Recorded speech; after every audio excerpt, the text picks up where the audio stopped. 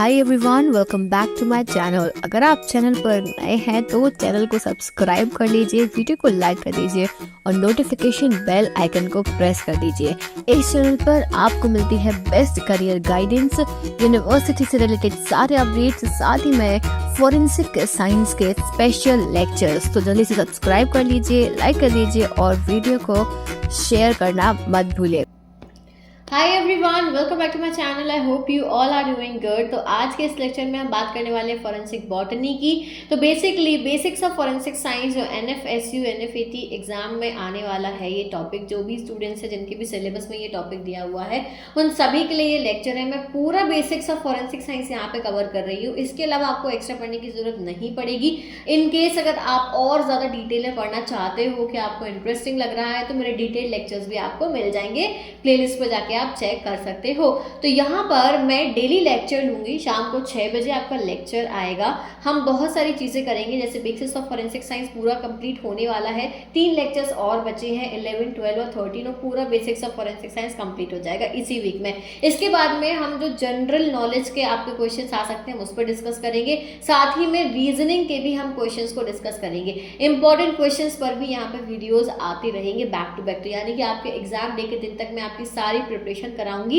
And not only that, आप मेरा biology channel subscribe कर लेना। कल से शाम को 6 बजे उस पर भी बायोलॉजी की क्लासेस आपको मिलने वाली हैं। तो जितने भी स्टूडेंट्स हैं जो NFSU की प्रिपरेशन कर रहे हैं, तो बायोलॉजी और बेसिक्स ऑफ फॉरेंसिक साइंस मैं आपकी पूरी यहाँ पे कवर करा दूंगी, साथ में जनरल नॉलेज और रीजनिंग भी यहाँ पे मैं आपको कवर कराऊंगी। तो दोनों मेरे चैनल को सब्सक्राइब कर लेना। सारी लिंक्स जो है डिस्क्रिप्शन में दी हुई हैं। तो चलो हम स्टार्ट करते हैं आज का लेक्चर। और आगे बढ़ने से पहले मैं आपको एक बहुत इंपॉर्टेंट बात बता दूं कि अगर आप फॉरेंसिक साइंस की फील्ड में एंटर कर रहे हैं और आप जानना चाहते हैं कि क्या करियर है, क्या स्कोप है, किस फील्ड में जाना चाहिए, किस में नहीं जाना चाहिए, किस में ज़्यादा अपॉर्चुनिटीज़ हैं, क्या सैलरी होती है, और काफ़ी सारे क्वेश्चंस आपके दिमाग में चलते हैं और काफ़ी बच्चों को लगता है कि फॉरेंसिक साइंस लेकर हम क्राइम सीन पर जाएंगे। तो ये सारी चीज़ें जो है वो आपको क्लियर करना बहुत ज़्यादा इंपॉर्टेंट है इस फील्ड में आप एंटर हो रहे हो तो। क्योंकि जनरली हमें सुनने में ये मिलता है कि इस फील्ड में स्कोप नहीं है, करियर नहीं है, ये वो बहुत सारी बातें। तो भाई ये क्लियरेंस आपको बहुत ज़रूरी है। इसके लिए आप मुझसे पर्सनली बात कर सकते हो, 1-on-1 गाइडेंस के थ्रू। डिस्क्रिप्शन में लिंक दिया हुआ है, आप वहाँ रजिस्टर कर सकते हो। बाकी की फिर जो डिटेल्स रहेंगी वो आपको आपकी ईमेल आईडी पर मिल जाएगी और आपकी मीटिंग शेड्यूल कर दी जाएगी। तो जितने बच्चे इंटरेस्टेड हैं वो सभी लोग रजिस्टर कर सकते हैं। Okay, so let's move forward. और आज के इस लेक्चर में हम पढ़ने वाले हैं, सबसे पहले तो हम इंट्रोडक्शन देखेंगे, फिर हम टाइप्स ऑफ एविडेंस, फिर हम वुड के बारे में पढ़ेंगे, wood and its type, anatomy of tree trunk, wood identification, ring porous and diffuse porous, dendrochronology, limnology, diatoms and forensic palynology. यानी जितना भी फॉरेंसिक बॉटनी के अंदर आता है वो सब कुछ मैं आपको थोड़ा थोड़ा बता दूंगी, क्योंकि एग्जाम में आपसे बेसिक्स में कुछ भी पूछ सकते हैं। तो आपको फॉरेंसिक साइंस का एक पूरा ओवरव्यू जानना बहुत ज़्यादा ज़रूरी है। इसीलिए मैं हर लेक्चर में आपको एक डिफरेंट टॉपिक बताती हूँ कि आपको पता चल जाए कि एटलीस्ट फॉरेंसिक साइंस के अंदर क्या क्या चीज़ें आती हैं और कहाँ किस चीज़ का यूज़ किया जाता है। तो चलो स्टार्ट करते हैं। फॉरेंसिक बॉटनी क्या है? बेसिकली ये एक प्लांट फॉरेंसिक्स है, ठीक है, जिसमें हम प्लांट्स का और प्लांट्स का जो फंगल पार्ट है उनका यूज़ करते हैं क्रिमिनल इन्वेस्टिगेशन के लिए। कैसे होता है ये बहुत इंपॉर्टेंट है कि जैसे मान लो कोई एक जगह से क्राइम करके दूसरी जगह गया, ठीक है, मैं बहुत बेसिक लैंग्वेज में समझा रही हूँ क्योंकि अगर आप फॉरेंसिक की फील्ड से नहीं भी हैं तो भी आपको चीज़ें समझ में आए। तो मान लो किसी ने जो है खेत में किसी का मर्डर कर दिया, ठीक है, खेत में किसी को मार दिया, तो वहाँ पे फसल लगी हुई थी, वहाँ पे उसने मर्डर किया, उसको मारा और बॉडी वहीं फेंक दी, वो वहाँ से भाग गया, ठीक है। अब हुआ क्या कि उसके कपड़ों पर जो है पॉलन ग्रेन्स लग गए, ठीक है, पॉलन ग्रेन्स हो सकते हैं, प्लांट्स के कुछ पार्ट्स हो सकते हैं, लीव्स हो सकती हैं, फ्लावर्स हो सकते हैं, सीड हो सकती है, कुछ भी हो सकता है। तो वो यहाँ से भाग गया, लेकिन हमें शक है कि इसी व्यक्ति ने ऐसा किया होगा, ठीक है, और हमें कहीं से कुछ एविडेंसेस मिल गए, तो हम वो ढूंढते ढूंढते ढूंढते ढूंढते पहुँचेंगे। और अगर हमने ये लिंक कर लिया कि भाई यहाँ का पॉलन ग्रेन वहाँ इतनी दूर कैसे मिल रहा है, और इसके कपड़ों में कैसे मिल रहा है, इसके जूतों में कैसे मिल रहा है, इसके पास कैसे मिल रहा है, तो कहीं ना कहीं जो है क्रिमिनल और सस्पेक्ट और क्राइम सीन को लिंक करने में फॉरेंसिक बॉटनी बहुत इंपॉर्टेंट रोल प्ले करती है, ठीक है। तो यहाँ पे लिखा है it involves analysing plant and fungal part, जैसे leaves, flower, pollen, seed, wood, fruit, spore, microbiology, environmental plant environment in ecology. It used to involve crimes by classifying plant species, identifying botanical matter in evidence and determining the origin of plant. ठीक है, plant का origin वगैरह पता करना, किसी weapon से मारा, उसने गन से मारा, उसके घर में गन मिली, उस गन पे हो सकता है कि कोई प्लांट का पार्ट मिल जाए, तो एक वो भी बहुत बड़ा एविडेंस है। तो क्या क्या तरीके के एविडेंसेस हमें मिल सकते हैं? तो सबसे पहले तो हम बात करें पेलिनोलॉजी, यानी कि यहाँ पे पॉलन ग्रेन्स की बात हो रही है, तो पॉलन ग्रेन्स की स्टडी को हम पेलिनोलॉजी बोलते हैं। अगर कहीं से पॉलन ग्रेन्स मिले तो उनकी स्टडी जब की जाती है तो उस प्रोसेस को हम पेलिनोलॉजी बोलते हैं। देखो, to provide associate evidence it can help in finding the location of death, decomposition and time of year. ठीक है, आप ये लोकेशन पता कर सकते हो, decomposition and time of year पता कर सकते हो। फिर आता है इकोलॉजी, प्लांट कैसे इंटरेक्ट कर रहे हैं विद देयर एनवायरनमेंट, इसको हम इकोलॉजी बोलते हैं। फिर मॉलिक्यूलर बायोलॉजी, मॉलिक्यूलर बायोलॉजी में बॉटनिकल एविडेंसेस जो बहुत ज़्यादा स्मॉल होते हैं, ठीक है, स्मॉल होते हैं, उनकी जब हम स्टडी करते हैं तो वो मॉलिक्यूल्स पे हम काम कर रहे हैं, डीएनए पे काम कर रहे हैं, तो मॉलिक्यूलर बायोलॉजी। डेंड्रोक्रोनोलॉजी, डेंड्रोक्रोनोलॉजी में क्या होता है, ये जो हम लकड़ी कभी देखी, ऐसे बड़ा सा पेड़ कोई काट दे तो हमें इस तरीके से रिंग्स का फॉर्मेशन देखने को मिलता है। इन रिंग्स से आप डेटिंग कर सकते हो, यानी पता लगा सकते हो कि ये रिंग, ये जो है ये कितना पुराना है पेड़, जितनी रिंग्स होंगी उतनी ही उसकी एज होती है, तो ये चीज़ पता लगाई जा सकती है। समझ गए? फिर एनाटॉमी, स्टडी ऑफ इंटरनल और एक्सटर्नल स्ट्रक्चर ऑफ प्लांट की, किसी भी प्लांट के इंटरनल और एक्सटर्नल स्ट्रक्चर की स्टडी करने को हम एनाटॉमी बोलते हैं। फिर limnology, limnology basically different inland water body जो होते हैं, लेक्स हो गए और जो भी है छोटे छोटे वाटर बॉडीज जो हैं, उन सभी की स्टडी की जाती है। उनमें क्या क्या टाइप के डायटम्स हो सकते हैं, जितनी भी लाइफ प्रेजेंट है ना, पानी में जितनी भी लाइफ प्रेजेंट है उसकी स्टडी जब करते हैं तो उसको हम लिम्नोलॉजी बोलते हैं। और सबसे ज़्यादा इंपॉर्टेंट होता है इसमें डायटम, डायटम की मदद से आप पता लगा सकते हो कि इस आदमी को मार के पहले पानी में डाला गया है या पानी में जाने से ही उसकी मौत हुई है। ठीक है, तो ये चीज़ है, अभी हम पढ़ेंगे आगे जाके, बहुत इंटरेस्टिंग चीज़ है। फिर सिस्टमैटिक्स आता है कि सिस्टमैटिक्स में क्या आता है, study of how plants interact with one and other, कैसे एक दूसरे के साथ इंटरेक्ट कर सकते हैं। चलो, ये क्लियर हो गया। इतनी चीज़ें जो है इस टाइप के एविडेंसेस आपके फॉरेंसिक बॉटनी में आते हैं। पहले हम वुड के बारे में पढ़ते हैं कि वुड क्या है। Hardest, toughest and fibrous material होता है जो हायर प्लांट्स, ट्रीज और श्रब्स में पाया जाता है। It is also known as secondary xylem, wood को हम सेकेंडरी जाइलम भी बोलते हैं। द वस्कुलर कैम्बियम, जो वस्कुलर कैम्बियम होता है वो न्यू सेल्स बनाता है that accumulate on its inside and the tree increases the diameter, यानी ये जो है ये वस्कुलर कैम्बियम है, ये अंदर बनता जाता है और ट्री का जो वो है वो बढ़ता जाता है। ठीक है, डायमीटर बढ़ता जाता है। क्लियर, समझ गए? तो यहाँ पे बहुत अच्छा सुंदर सा डायग्राम बनाया हुआ है। ये बार्क है, आउटर मोस्ट लेयर, ठीक है, ब्राउन कलर की। फिर कैम्बियम है, फिर उसके बाद में सैपवुड है, फिर यहाँ पे हार्टवुड है और फिर ये ग्रोथ रिंग्स दिख रहे हैं आपको, ये ग्रोथ रिंग्स है। कितना प्यारा डायग्राम है यार, बहुत ही सुंदर, वाह। चलो आगे आते हैं हम एनाटॉमी। वाह, ये भी कितना अच्छा है यार, कितने अच्छे अच्छे डायग्राम बनाए, मेरी टीम मेंबर्स काम बड़ा अच्छा करते हैं। चलो, कितनी अच्छी इमेजेस लगाई हुई हैं। देखो यहाँ पे एनाटॉमी ऑफ ट्री ट्रंक, पिथ, ठीक है, ये जो है सेंटर में यहाँ पे आपको पिथ दिख रही है, स्मॉल ऑफन प्लपी कोर होता है, ठीक है, प्लपी थोड़ा सा सॉफ्ट कोर होता है। फिर हार्टवुड, हार्टवुड क्या है, sapwood that has been clogged with resin gum, जो रेजिन गम होती है वो इसी में होती है, यहाँ वाले एरिया में, ये जो थोड़ा डार्क सा दिख रहा है। फिर ये सब ग्रोथ रिंग्स है, ये जो आप देख रहे हो ये सारे ग्रोथ रिंग्स हैं। ठीक है, जो early wood, late wood indicate करते हैं कि ट्रीज डायमीटर जो है 1 ईयर में कितना ग्रो करा है, ये यहाँ पे पता चलता है। फिर ये सैप वुड है, ठीक है, एक्टिव पार्ट होता है ट्री का जिससे वाटर और मिनरल्स जाती हैं, यानी जाइलम फ्लोएम यहीं पे प्रेजेंट होंगे। फिर ये बेटा कैम्बियम है, थिन रिप्रोडक्टिव लेयर होती है, एकदम पतली सी लेयर होती है। फिर ये फ्लोएम है, ठीक, फ्लोएम क्या स्पॉन्जी लेयर होती है और डिजॉल्व्ड शुगर ग्रोथ हार्मोन्स इसमें प्रेजेंट होते हैं। फिर ये बाहर जो आउटर मोस्ट हमें दिखती है ब्राउन कलर की, वो बार्क होती है। क्लियर?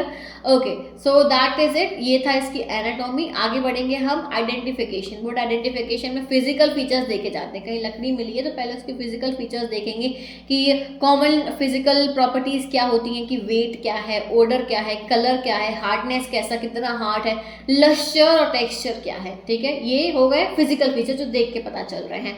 फिर जब हम एनाटॉमिकल फीचर यानी माइक्रोस्कोप के अंदर हम इसकी स्टडी करते हैं तो हम क्या क्या देखते हैं, whether the pores are absent और प्रेजेंट। पोर्स एब्सेंट है या फिर प्रेजेंट है। अगर प्रेजेंट है तो हम उनका फर्दर आइडेंटिफिकेशन करते हैं, कितने पोर नंबर है। ठीक है, अगर पोर्स प्रेजेंट है तो हम फिर देखेंगे कि कितने नंबर है, क्या साइज है और क्या अरेंजमेंट है पोर्स का। ये देखते हैं एनाटॉमिकल फीचर्स में। ठीक, अब देखो रिंग पोरस और डिफ्यूज पोरस वुड, इसमें क्या डिफरेंस होता है। यहाँ पे वेसल्स ऑफ अनइक्वल डायमीटर, यहाँ पे vessels of same diameter. Ring porous not uniformly distributed, ये यूनिफॉर्मली नहीं होता है। डिफ्यूज पोरस यूनिफॉर्मली डिस्ट्रीब्यूटेड होता है। ठीक है, ये इतना डिटेल है, वैसे आपको पढ़ने की जरूरत है नहीं है तो मैं इसको स्किप करना ज़्यादा प्रेफर करूंगी क्योंकि ये नहीं आएगा। ठीक है, बस इतना देख लो, ये डायग्राम देख लो। रिंग पोरस ये मैपल है और ये ओक है, तो इस तरीके से इसमें प्रेजेंट है। ठीक है, बस ये इसमें डिफरेंस है और कुछ भी नहीं, ये आएगा ही नहीं पहली बात तो। नेक्स्ट आता है यहाँ पे डेंड्रोक्रोनोलॉजी। डेंड्रोक्रोनोलॉजी क्या होता है, हर साल ट्री जो है न्यू सेल्स का अरेंजमेंट करती है और हर बार नए कंसेंट्रिक सर्किल जिन्हें हम एनुअल रिंग्स या एनुअल ग्रोथ रिंग्स बोलते हैं वो बनते हैं। ठीक है, देखो यहाँ पे आप सेंटर में देख रहे हो, ये फर्स्ट ग्रोथ रिंग है, ये फर्स्ट, फिर सेकेंड, फिर थर्ड, फिर फोर्थ, फिर 5। ठीक है, ऐसे करके जो है रिंग बन रहे हैं और ये वाला जो रिंग है ये मोस्ट रीसेंट ईयर ग्रोथ है। इससे हमें ये पता चल जाता है कि वुड जो है वो कितना बड़ा है, कितना अमाउंट प्रोड्यूस हुआ है एक ग्रोइंग सीजन में। समझ गई? ये रिंग है। ठीक, बेसिकली एज पता चल जाएगी आपको इससे, डेंड्रोक्रोनोलॉजी से। फिर आता है लिम्नोलॉजी। लिम्नोलॉजी में इनलैंड एक्वाटिक इकोसिस्टम, मैंने बताया था वाटर बॉडीज की स्टडी करते हैं हम, जिसमें हम biological, chemical, physical, geological characteristic of natural and man made water body, जो मैन मेड वाटर बॉडीज हैं उनकी भी स्टडी की जाती है, स्पेशली फॉर डायटम्स। ठीक है, इसके बाद में क्या आता है, ओके, लिम्नोलॉजी के बाद डायटम्स ही दिया हुआ है। डायटम्स होते क्या हैं, डायटम्स समझो कि पानी में प्रेजेंट होते हैं, हर तरीके के पानी में आपको डायटम्स जो हैं, मोस्टली जो स्टैग्नेंट वाटर है, स्टैग्नेंट वाटर यानी कि जो पानी बह नहीं रहा है, ज़्यादातर उनमें अच्छे आपको डायटम्स देखने को मिल जाते हैं। फ्लोइंग वाटर में भी होते हैं, ऐसा नहीं है। तो यहाँ पे डायटम्स माइक्रोस्कोपिक यूनिसेलुलर एल्गी होते हैं जो टैक्सोनॉमिकल फाइलम बेसिलेरियोफाइट में प्रेजेंट होते हैं। यूनिसेलुलर ऑर्गेनिजम्स होते हैं जो कि रेजिस्टेंट होते हैं किससे, एसिड, हीट या बॉडी डिकम्पोजिशन। ये इतने रेजिस्टेंट होते हैं कि कोई भी चीज़ इनको डिस्ट्रॉय नहीं कर सकती है। यूनिक सेल स्ट्रक्चर होता है, 2 वॉल्स होते हैं जो फिट टुगेदर एक साइड, ऐसा बोलते हैं डायटम जो है वो इस तरीके से बंद रहते हैं। ठीक है, इस तरीके से, तो ये डिस्ट्रॉय नहीं हो सकते हैं। अब देखो यहाँ पे 2 तरीके के डायटम्स दिए हैं, एक कंसेंट्रिक जो ऐसा सर्किल फॉर्म में प्रेजेंट है, कंसेंट्रिक है, एक पिनेट जो ऐसा लंबा, ठीक है, लॉन्गिट्यूडिनल वे में प्रेजेंट है, वो पीनेट टाइप का डायग्राम होता है। क्लियर? नेक्स्ट देखो, अब होता क्या है कि मान लो हमें जो है यहाँ पे पता चला, पहले हम ये देखते हैं फॉरेंसिक सिग्निफिकेंस देखते हैं हम डायग्राम्स का। होता क्या है, 2 टाइप के केसेस आते हैं जनरली। एक केस ऐसा आता है, मतलब हमें आइडेंटिफाई करना पड़ता है कि जैसे हमें बोन आई है, मान लो कोई पानी में बॉडी मिली है, तो बॉडी की बॉडी नहीं भेजते हैं जनरली, जो है हमें यहाँ पे बोन भेजी जाती है। जो लॉन्ग बोन्स होती हैं वो, या फिर जो क्लेवाइकल होती है वो, ये बोन भेजी जाती है। तो यहाँ पे उसमें हमें जो बोन मैरो है उसमें हमें ये स्टर्नम, देखो ये लिखा है स्टर्नम, फीमर, ब्रेन, किडनी या अदर ऑर्गन्स को भेजा जाता है। तो लैब में ये सब कोई ऑर्गन आते हैं तो हमें इसमें डायटम्स का आइडेंटिफिकेशन करना होता है। अगर हमें इनमें डायटम्स मिलते हैं यानी इसका मतलब है कि उस व्यक्ति की मौत पानी में डूबने से ही हुई है। समझ गए बात को। अब किसी ने फेंका है, खुद से कूदा है, वो बात की बात है, पर हमें ये पता चल गया कि बॉडी में डायटम्स मिलने का मतलब है कि वो पानी में जाने से पहले जिंदा था, यानी लाइव एंट्री हुई है। ये डायग्राम देखो, लाइव एंट्री हुई है, तो उसने सांस ली तो पानी अंदर गया तो साथ में डायटम्स अंदर गए, इसीलिए ही बॉडी में मिले। अब मान लो कोई बॉडी को डंप कर रहा है, यानी पहले से ही उस व्यक्ति की मौत हो चुकी है, तो वो सांस नहीं ले रहा है, तो ऑब्वियसली ना लंग्स में जाएगा पानी, ना लंग्स में नहीं जाएगा तो बॉडी पार्ट्स में डिस्ट्रीब्यूट नहीं होगा, तो बोन्स में भी नहीं मिलेगा, ब्रेन में भी नहीं मिलेंगे डायटम्स। समझ गए बात को। तो ये चीज़ से क्लैरिफिकेशन हो जाता है कि भाई वो पहले ही मर चुका था या पानी में जाके मरा है। ये मेन डायग्नोसिस किया जाता है ड्राउनिंग के केसेस में, in case of drowning. Clear, ये चीज़ समझ में आ गई। अब देखो आगे बढ़ते हैं हम। ये जो है, अब हम ये देखते हैं, अब मान लो हमारे पास में जो है फीमर आई है, ठीक है, हड्डी आई है, हमें उसमें आइडेंटिफिकेशन करना है, तो हम उसमें मेथड लगाते हैं enzymatic digestion for diatom extraction. तो उसमें बोन मैरो आया है, बोन मैरो को एक्सट्रैक्ट करते हैं, बोन में से बोन मैरो को एक्सट्रैक्ट करते हैं, बीकर में डालते हैं हम, और उसमें 500 ml प्रोटीनेज के और 0.01 m ट्रिस HCl बफर डालते हैं, ठीक है। तो पूरी जो है वो वहाँ पे हो जाती है। फिर इंक्यूबेट करते हैं हम और 100 ml वाटर डालते हैं, फिर सेंट्रीफ्यूज करते हैं। सेंट्रीफ्यूज के बाद हम सुपरनेटेंट को डिस्कार्ड कर देते हैं, और जो हमारे पास में ये जो नीचे बचा है इसको हम स्लाइड पे लेके माइक्रोस्कोप पे देखते हैं, तो हमें इसमें डायटम्स दिख जाते हैं। ये लैब के अंदर प्रोसेस होती है, ठीक है।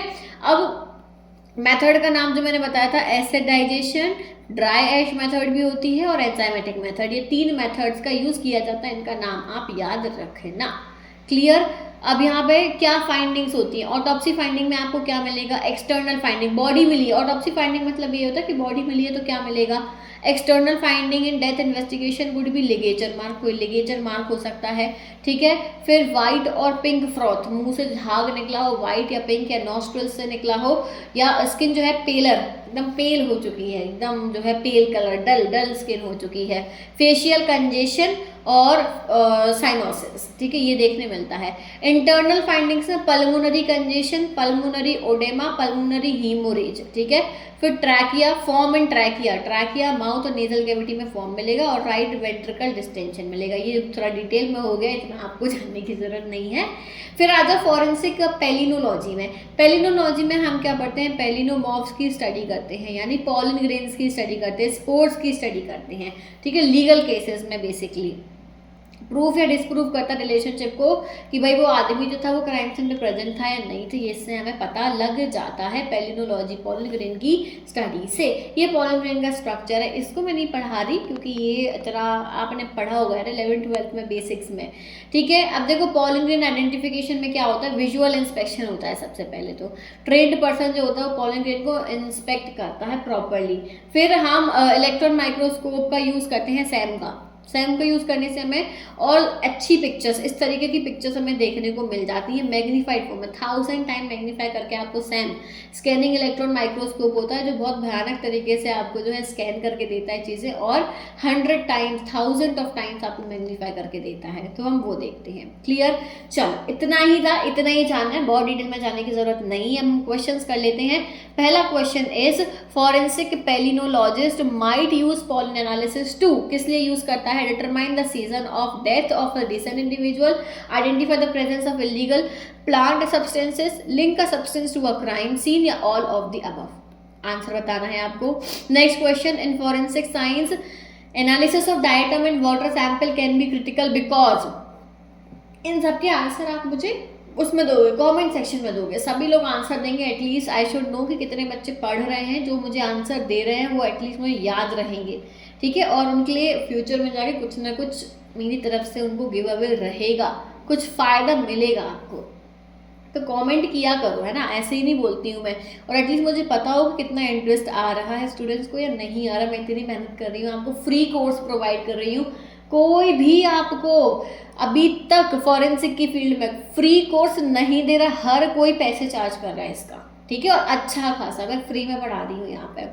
देखो, they indicate the presence of toxic substance in water, they can help establish whether the body was submerged in a particular body of water, they are used to determine the age of water body, या they provide information about water's pH level.